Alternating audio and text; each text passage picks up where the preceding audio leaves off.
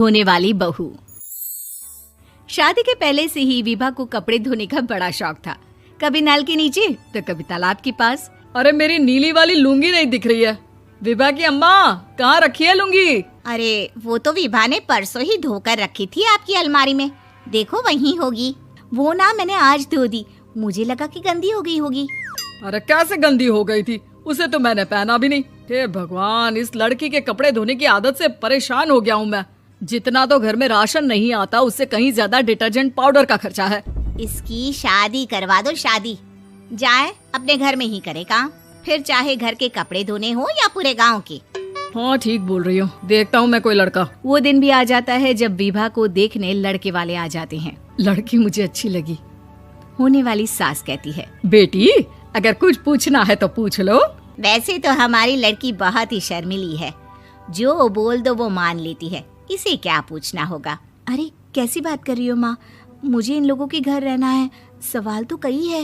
हाँ हाँ बेटा, पूछ लो ना, क्या पूछना है। आप लोगों के घर कपड़े कौन धोता है? सास का मुंह बन जाता है। देखो, अगर तुम ये कहना चाहती हो कि तुम्हें कपड़े धोने नहीं आते तो सुन लो, कपड़े मैं ही धोती हूँ, लेकिन तुम्हारे आ जाने के बाद मैं रुमाल तक नहीं धोऊंगी। अरे चुप रहना भाग्यवान, बहू बेचारी घर आई नहीं, उसे डराना शुरू कर दिया। वो क्या है ना बिटिया, अभी तक तो ये कल्लू की माँ ही धोती थी, लेकिन अब तुम्हारे पापा तो दहेज में वॉशिंग मशीन देंगे ही। तभी विभा की माँ बोल पड़ती है, सवाल भी पूछा तो क्या। वैसे भाई साहब, मशीन की तो फिर भी कपड़े धोने की कैपेसिटी होती है। मतलब जो बिटिया दे रहे हैं ना विभा, इसे कपड़े धोने का बहुत शौक है। ये आप लोगों के क्या, आस पड़ोस गांव मोहल्ले सबके कपड़े धो दे और उफ तक ना करे। बाहर देखा नहीं आपने कितने कपड़े सूख रहे हैं?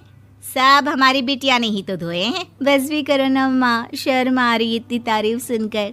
और तो और एक दाग निकाल कर दिखाओ तो मान जाऊं। हाँ अच्छा, माफ करना बेटा, मैंने गलत समझा। हमें तो रिश्ता बहुत पसंद है। और ऐसे जुड़ जाता है रिश्ता कपड़े धोने का शौक रखने वाली विभा का। उसकी शादी हो जाती है कोयला फैक्ट्री में काम करने वाले कल्लू के साथ। शादी के बाद अचानक विभा चिल्लाती हुई सास के पास आती है। सासू माँ, अरे सासू माँ कहाँ है आप? ये तो धोखा है, धोखा दिया आप लोगों ने मुझे।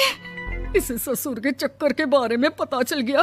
अरे तो उसमें तुझे क्यों धोखा मिला है? अरे नल में पानी नहीं आता, कपड़े कैसे कब धुलेंगे? अच्छा, तू पानी नहीं आ रहा उसकी बात कर रही है। तो आपने क्या सोचा? कुछ नहीं। अच्छा, तेरी माँ ने कहा था कि कपड़े धोने का शौक है तुझे, याद आया मुझे। शौक बोलकर कपड़े धोने वाले मेरे जुनून को कम ना आके सासू माँ, कपड़ा धोना मेरा गुरूर है।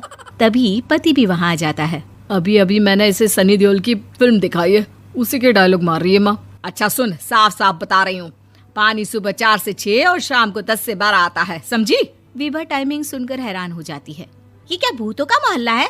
सुबह 4 बजे उठकर कौन कपड़े धोता है? 4 बजे टंकी में पानी जाता है, फिर सारा दिन धोना ना, किसने मना किया?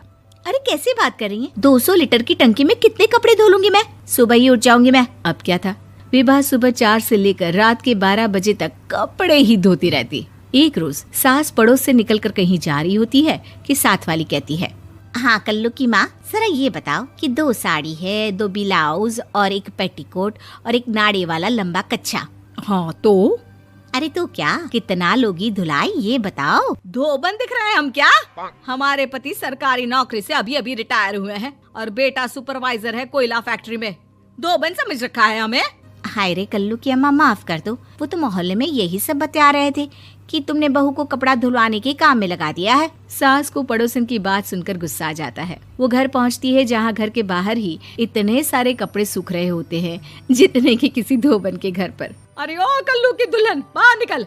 माँ जी यहीं आ जाओ, बाथरूम में चादर धो रहे हैं हम। अरे अभी हम धोते हैं, तुमको बाहर निकलो। ये आस पड़ोस वाले बोल रहे हैं कि हम बहू से कपड़े धुलवा कर उसे कपड़ा धोने वाली बना दिए हैं। अरे छोड़ो ना माँ जी, किन लोगों की बातों में आती हो? आस पास के लोगों का तो काम ही होता है कि वो किसी तरह सास बहू को लड़ा दे। बहू सारे घर के कपड़े धोती है, ये क्या कम है? बोलिए। सास को भी लग जाता है कि वो बहू का ये सनकीपन नहीं छुड़वा सकती, इससे अच्छा है कि खुद ही चुप हो जाए।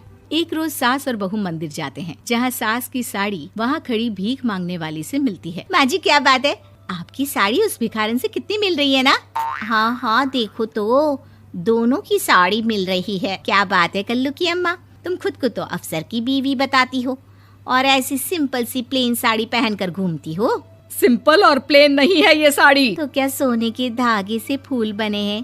कुछ भी सासू माँ, कुछ भी। हाँ बने थे इस साड़ी में सोने के धागे से फूल।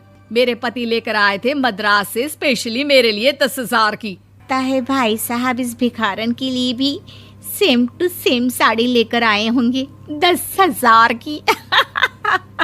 सास उस वक्त कुछ नहीं कहती, लेकिन बहू के साथ घर आती है और अलमारी से एल्बम निकाल कर लाती है। ये साड़ी देख रही है, ये वही साड़ी है जिसे मैंने अभी पहना था। इस साड़ी में ये जो चमकदार फूल दिख रहे हैं ना, ये सोने के धागों से काढ़े गए हैं।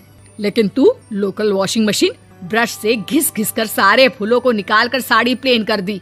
मुझे माफ कर दीजिए सासू माँ। और तो और, जब मैंने तुझे तेरी गलती के लिए कुछ नहीं कहा, लेकिन तूने तो सबके सामने मेरा मजाक ही बना दिया। क्यों? बहू को समझ में आ जाता है कि अब से उसका कपड़े धोना बंद।